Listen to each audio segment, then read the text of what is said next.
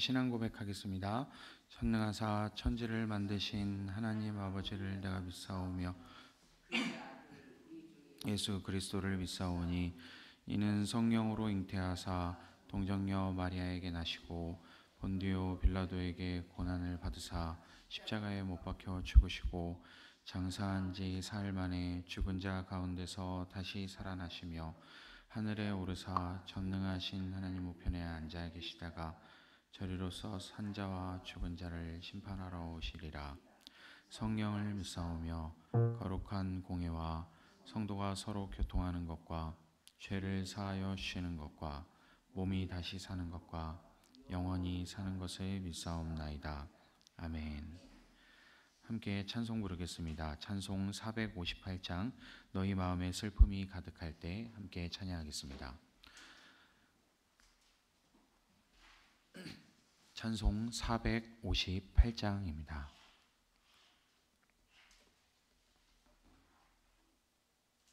함께 찬송하겠습니다.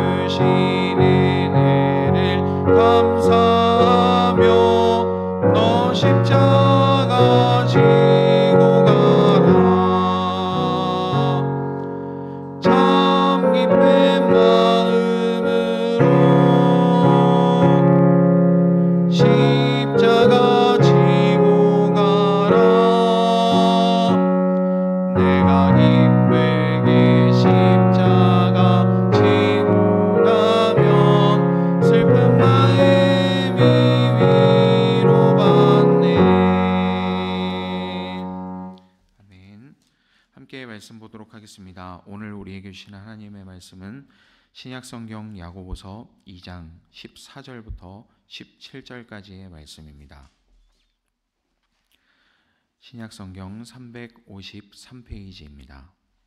야고보서 2장 14절부터 17절까지의 말씀입니다.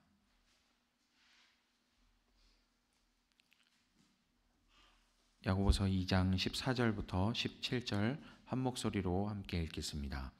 나의 형제 자매 여러분, 누가 믿음이 있다고 말하면서도 행함이 없으면 무슨 소용이 있겠습니까? 그런 믿음이 그를 구원할 수 있겠습니까? 어떤 형제나 자매가 헐벗고 그날 먹을 것조차 없는데 여러분 가운데서 누가 그들에게 말하기를 평안히 가서 몸을 따뜻하게 하고 배부르게 먹으십시오 하면서 말만 하고 몸에 필요한 것들을 주지 않는다고 하면 무슨 소용이 있겠습니까?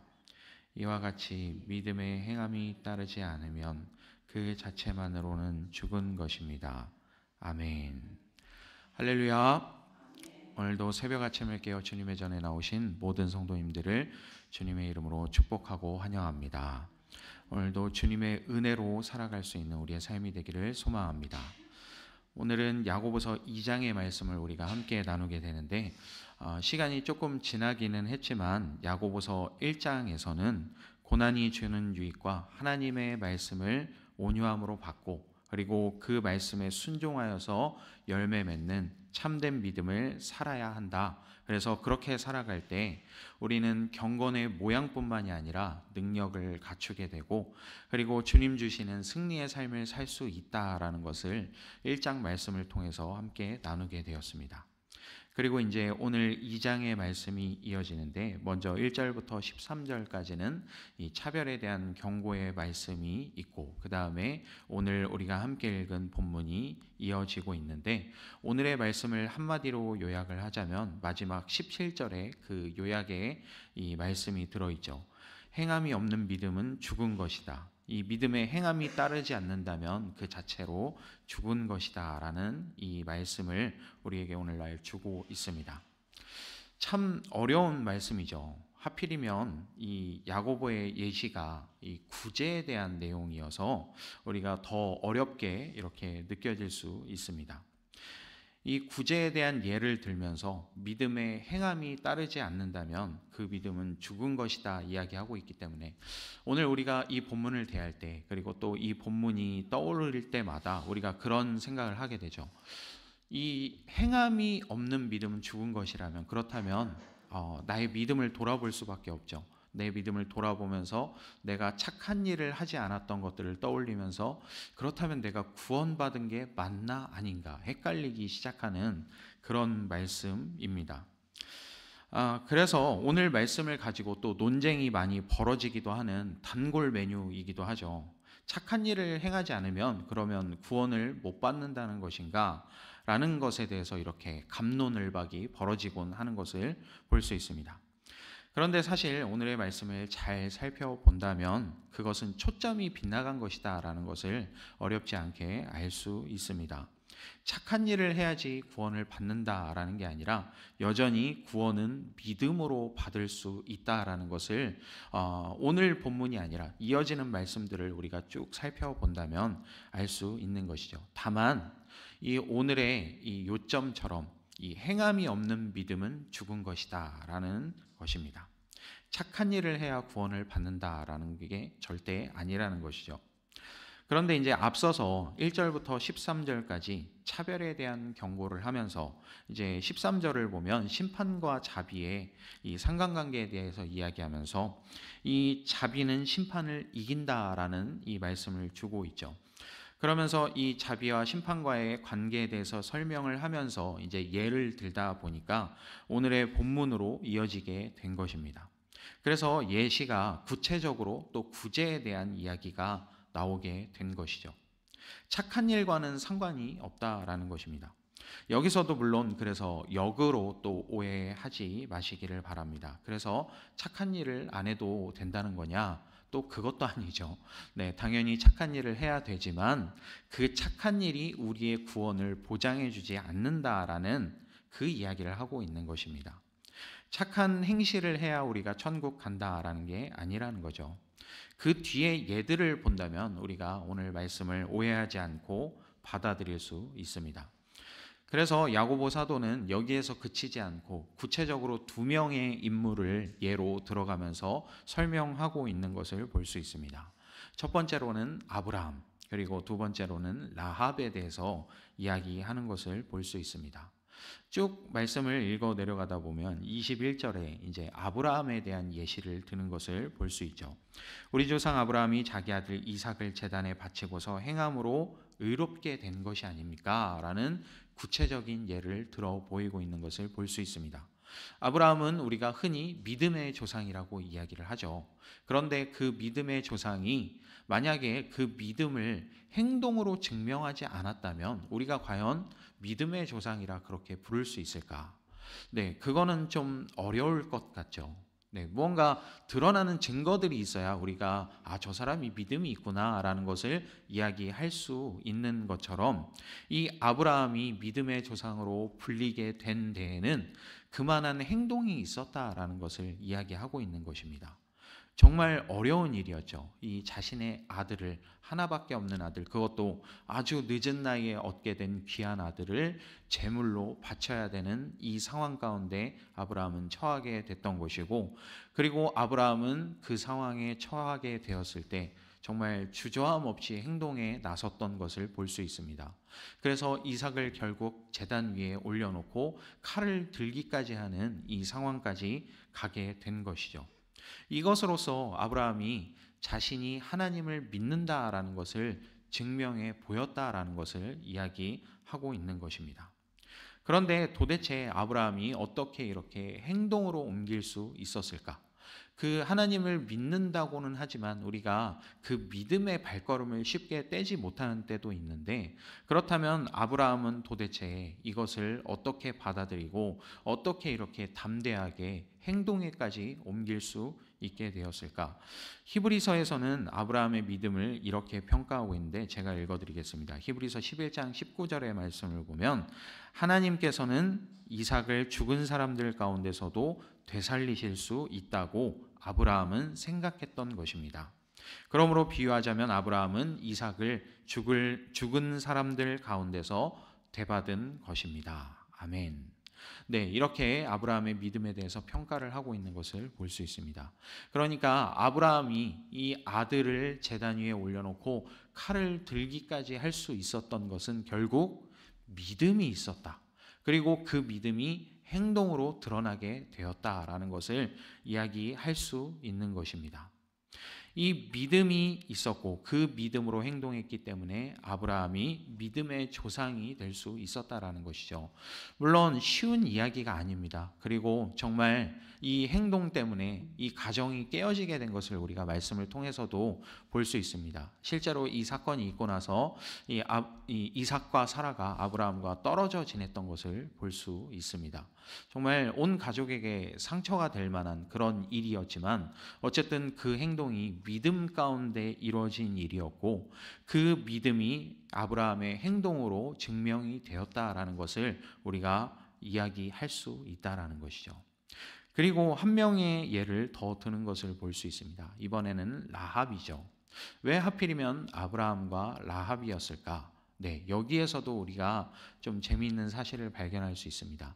이 두 명의 이 인물의 예를 들므로써 결국은 믿음이 우리의 구원을 보장한다라는 것을 우리가 다시 한번 생각해 볼 수 있는 것입니다.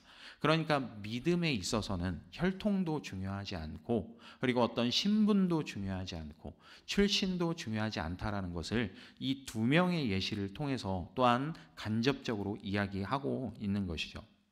그래서 라합에 대한 이야기를 하는데 25절 말씀을 보면 창녀 라합도 정탐꾼들을 접대하여 다른 길로 내보내서 행함으로 의롭게 된 것이 아닙니까? 라는 것을 이야기하고 있죠.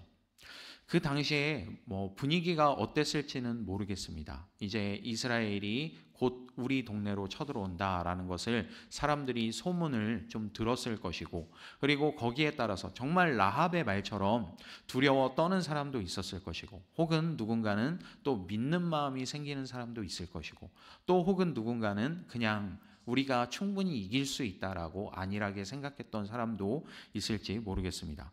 그런데 어쨌든 라합도 이렇게 행동으로 옮김으로써 이 믿음을 증명해 보였다라는 것을 이야기하고 있는 것이죠. 분명히 이 행동은 믿음에서 비롯된 것이라는 것을 우리가 말씀을 통해서 볼 수 있습니다. 여호수아 2장 9절의 말씀을 보면 나는 주님께서 이 땅을 당신들에게 주신 것을 압니다. 우리는 당신들 때문에 공포에 사로잡혀 있고 이 땅의 주민들은 하나같이 당신들 때문에 간담이 서늘했습니다. 라고 이렇게 이야기하는 것을 볼 때에 라합이 분명 이 믿음을 가지고 행동한 것이구나라는 것을 우리가 알 수 있다라는 것이죠. 그래서 결론은 무엇이냐면 결국 이 믿음이 우리를 의롭게 한다라는 것을 우리가 볼 수 있습니다.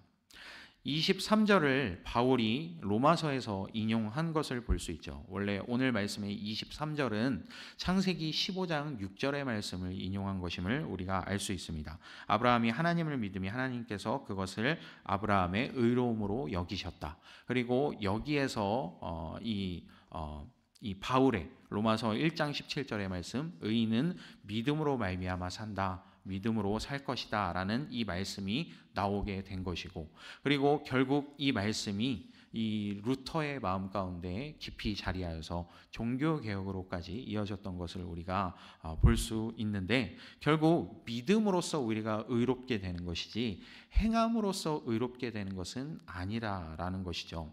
그래서 그 믿음을 어떻게 우리가 보일 수 있는가?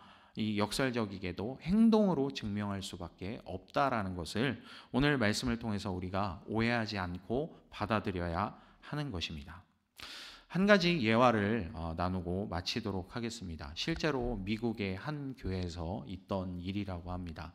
미국의 어느 시골 교회에서, 상당히 오래전의 이야기인데, 어느 시골 교회에서 이 한동안 비가 오랫동안 내리지 않아서 이 사람들이 참 많은 어려움을 겪게 되었다고 합니다. 그래서 성도들이 제대로 농사도 짓지 못하고 심지어는 막 식수도 부족하고 이렇게 된 상황 가운데 많은 사람들이 어려움을 겪고 있어서 이제 교회에서 모여서 이 회의를 하게 되었는데, 우리가 이 어려움을 어떻게 극복해 나갈 것인가. 그래서 결국은 우리 좀 부흥회를 한번 열어보자, 함께 하나님께 비를 달라고 구해보자 라고 이렇게 부흥회를 좀 계획하게 되었다고 합니다. 그래서 온 성도가 모여서 주일뿐만이 아니라 우리 평일에도 좀 모여서 함께 기도합시다 해서 이 날짜를 정하고 이 날짜를 공지하고, 예전에는 또 뭐 핸드폰도 없고 그러니까 이제 미리 공지를 하고 시간을 정해서 이제 모이게 되었다고 합니다. 그래서 부흥회 첫날 이제 딱 당일날이 되어서 이제 목사님이 교회 마당 앞에 나가서 이제 성도님들 한 분 한 분 맞아드리면서 이제 부흥의 시간이 점점 다가오고 있었다고 합니다.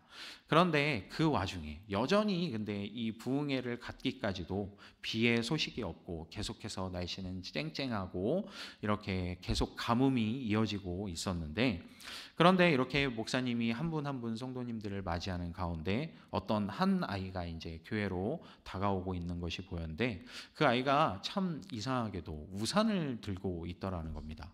해가 이렇게 쨍쨍한데 우산을 들고 오는 모습이 너무나도 이상해가지고 목사님이 이제 그 아이한테 물어봤다고 합니다. 얘야, 지금 이렇게 날씨가 쨍쨍한데 진짜 구름 한 점이 없는데 왜 우산을 들고 오고 있니? 뭐 햇빛 가리려고 그러니? 뭐 이러면서 물어보았더니 그 아이가 하는 얘기가, 우리 비 오게 해달라고 기도하려고 모였잖아요. 그래서 우산을 들고 왔다라는 거예요. 분명히 우리 기도하고 나면 비가 올 거니까 그래서 제가 우산을 가져왔습니다. 이 이야기를 하더라는 겁니다. 여러분, 이런 차원에서 좀 받아들이면 좋을 것 같습니다. 이 행함으로 믿음을 증명해 낸다라는 것, 그래서 우리가 또 역으로 부담을 참 많이 갖게 되죠. 내가 행동이 착하지 않은데, 내가 행동이 의롭지 않은데 도대체 내가 구원을 받은 게 맞는 것인가, 하나님의 자녀가 됐다고 하는데 이게 맞는 것인가 라는 것 때문에 우리가 고민을 하고 또 좌절하고 넘어지게 되고 이 믿음에 대해서 다시금 의심하게 되고, 이런 상황 가운데 계속 반복이 되는데, 이 마치 우산 이야기처럼 이 믿음은 행동으로 증명한다라는 것이, 그 믿음을 가지게 되고 정말 진지한 믿음 가운데 우리가 있게 되었을 때 그것이 행함으로 자연스럽게 드러날 수밖에 없다라는 것을 우리가 기억해야 할 것입니다. 그래서 마치 우리가 비가 오기를 위해서 기도한다면 당연히 우산을 들고 가야 되듯이, 우리가 하나님의 자녀라는 믿음과 소망을 가지고 살아간다면 구제도 자연스럽게 일어날 수 있을 것이고, 또한 착한 행실도 자연스럽게 이어질 수 있다라는 것을 기억해야 한다라는 것입니다. 그래서 믿음과 행위가 일치하게 되는 우리의 믿음이 되길, 또한 우리의 삶의 모습이 되기를 소망합니다. 이것이 어떻게 가능한 것인가? 이 크리스찬은 정말 착하구나라는 이 이야기를 우리가 도대체 어떻게 하면 들을 수 있는 것인가? 역설적이게도 믿음이 있어야 가능하다라는 것입니다. 그래서 진정 믿음으로 우리가 구원에 이르게 되고, 그리고 믿음으로 그리스도의 향기를 드러내며 살아갈 수 있는 우리 모두의 삶이 되기를 주님의 이름으로 축복합니다. 잠시 기도하겠습니다. 하나님 아버지, 감사합니다. 오늘 말씀을 통해서 정말 우리가 믿음으로 의롭다 함을 받았으며, 또한 그 믿음으로 착한 행실들을 하며 살아갈 때에 세상 사람들이 또한 그 모습을 통하여 우리의 믿음을 또한 증명해 보일 수 있게 된다라는 것을 또한 다시금 나누게 하시니 감사합니다. 오늘 말씀을 마음에 새기며 우리가 착한 행실을 하는 것이 내가 크리스찬이다라는 것을 증명하기 위해서가 아니라, 내가 믿음이 있다라는 것을 증명하기 위해서가 아니라, 우리가 믿음을 가지고 살아갈 때 기쁜 마음으로 착한 행실도 드러나게 되고, 또한 예수님을 닮은 모습이 우리의 삶 가운데 자연스럽게 드러나게 된다는 것을 기억하면서 온전한 믿음 위에 서기를 소망하며 살아갈 수 있도록 주님, 우리를 인도하여 주옵소서. 오늘도 그 믿음 위에 살아가는 우리의 삶이 되기를 소망합니다. 주님께 우리의 삶을 맡깁니다. 감사합니다. 우리 주 예수 그리스도의 이름으로 기도합니다. 아멘. 하늘에 계신 우리 아버지여, 이름이 거룩히 여김을 받으시오며 나라의 임하옵시며 뜻이 하늘에서 이룬 것 같이 땅에서도 이루어지이다. 오늘날 우리에게 일용할 양식을 주옵시고, 우리가 우리에게 죄 지은 자를 사하여 준 것 같이 우리 죄를 사하여 주옵시고, 우리를 시험에 들게 하지 마옵시고 다만 악에서 구하옵소서. 대개 나라와 권세와 영광이 아버지께 영원히 있사옵나이다. 아멘.